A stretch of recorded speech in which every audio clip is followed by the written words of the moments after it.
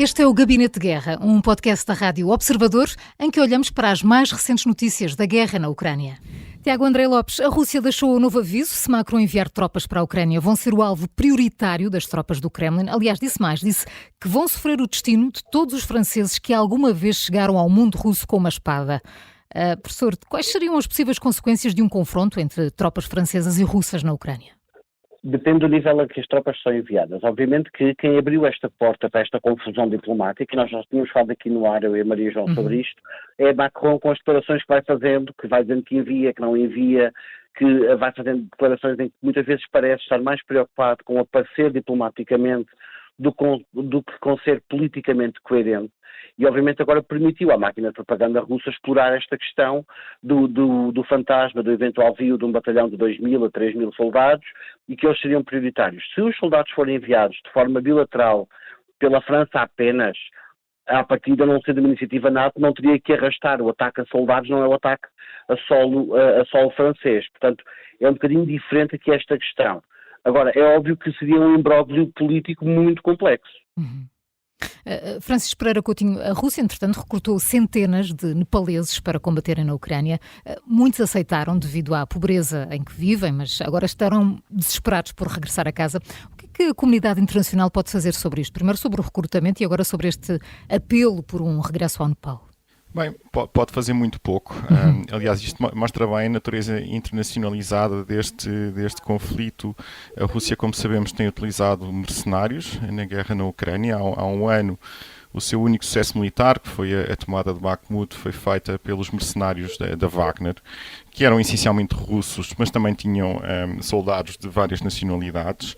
E, de facto, a Federação Russa tem feito isso, tem evitado uma mobilização geral e acaba por recrutar, soldados quer internamente, quer externamente, pagando muito bem. Aliás, isso é que explica o sucesso que têm tido no recrutamento, mesmo nas regiões mais pobres da Rússia, que não são muito mais ricas do que o Nepal.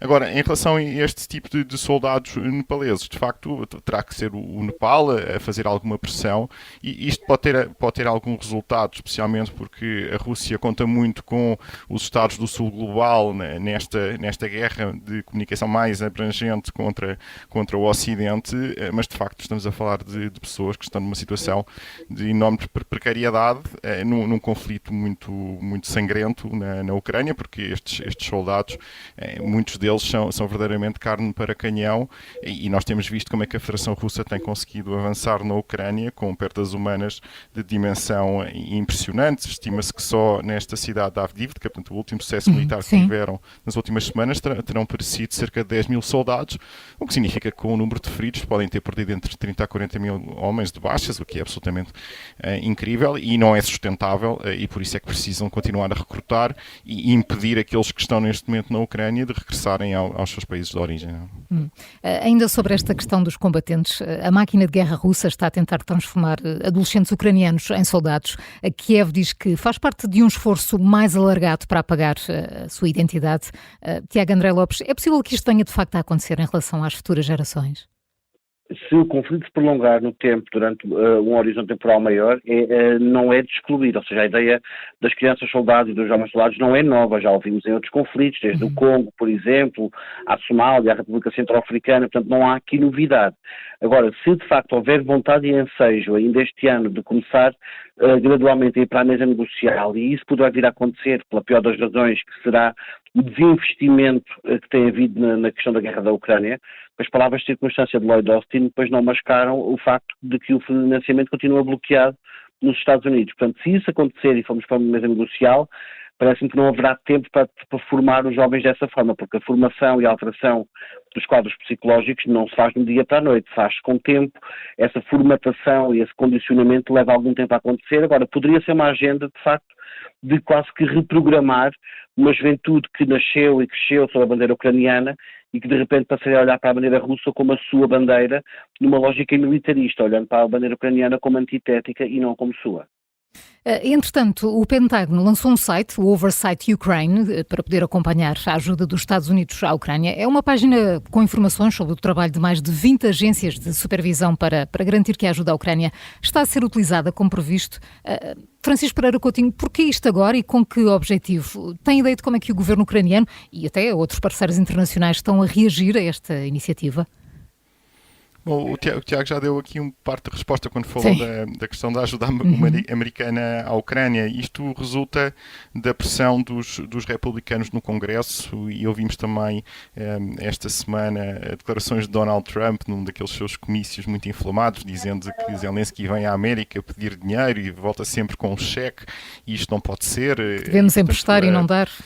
Exatamente, temos que emprestar e não dar e temos que controlar aquilo que é emprestado e, portanto, estamos num contexto de campanha eleitoral e o Congresso americano, que a Câmara Baixa é dominada pelos republicanos, exigiu à administração que prestasse contas daquilo que está a ser dado à Ucrânia, tanto em termos militares como em termos de ajuda financeira. Claro que não há aqui nenhum problema em abstrato, Maria João, porque a transparência nos Estados de Direito nunca fez mal a ninguém e, portanto, o facto de termos aqui um site em que vamos conseguir perceber aquilo que está a ser dado à Ucrânia acaba por ser bastante positivo e não há nada de errado nisto. Agora, isto é sintomático de uma questão mais profunda que tem a ver com a circunstância, neste momento, o apoio à Ucrânia ser uma arma eleitoral nos Estados Unidos. A questão a questão do empréstimo também não é necessariamente negativa, porque aquilo que os republicanos neste momento estão a propor é que, em vez de ser dada ajuda, uma doação, seja feito um empréstimo que teria como colateral os bens russos que neste momento estão congelados nos Estados Unidos. Portanto, seria no fundo a Rússia, no final, a pagar este empréstimo à Ucrânia. Para a Ucrânia seria completamente irrelevante para este efeito, porque a Ucrânia tem compensações de guerra a receber da Rússia.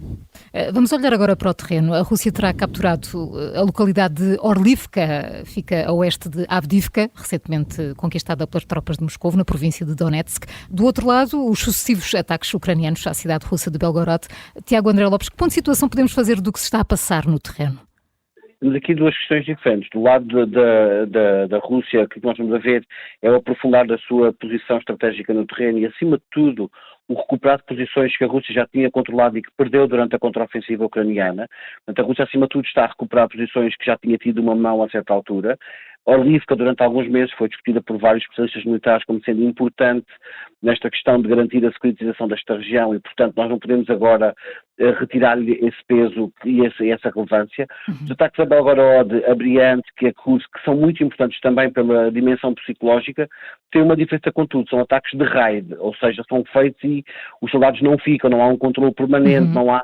E, portanto, aquilo que geram é diferente. Enquanto que a Rússia tem um controle territorial permanente neste momento, que obviamente poderá vir a ser desrompido, a Ucrânia o que vai conseguindo fazer é desromper a normalidade na zona de fronteira, mas é uma disrupção numa lógica do raid. Lembra-me um bocadinho, de resto, aquilo que faziam os povos bárbaros contra o Império Romano, quando faziam os raids e voltavam para trás. Portanto, é um bocadinho a mesma lógica, mas a guerra está, de facto, numa fase de algum impasse militar, porque não há vitórias de grande monta, como dizia ainda há pouco o Francisco Pereira Coutinho. As vitórias militares no terreno para os dois lados são escassas e isso obviamente dá-nos conta de que no terreno não há neste momento nada de materialmente diferenciador de parte a parte. O Gabinete de Guerra é um podcast da Rádio Observador. Vai para o ar de segunda a sexta, depois do noticiário das 9h30 da manhã e tem uma nova edição depois da síntese das 4h30 da tarde. E está sempre disponível em podcast. Eu sou a Maria João Simões.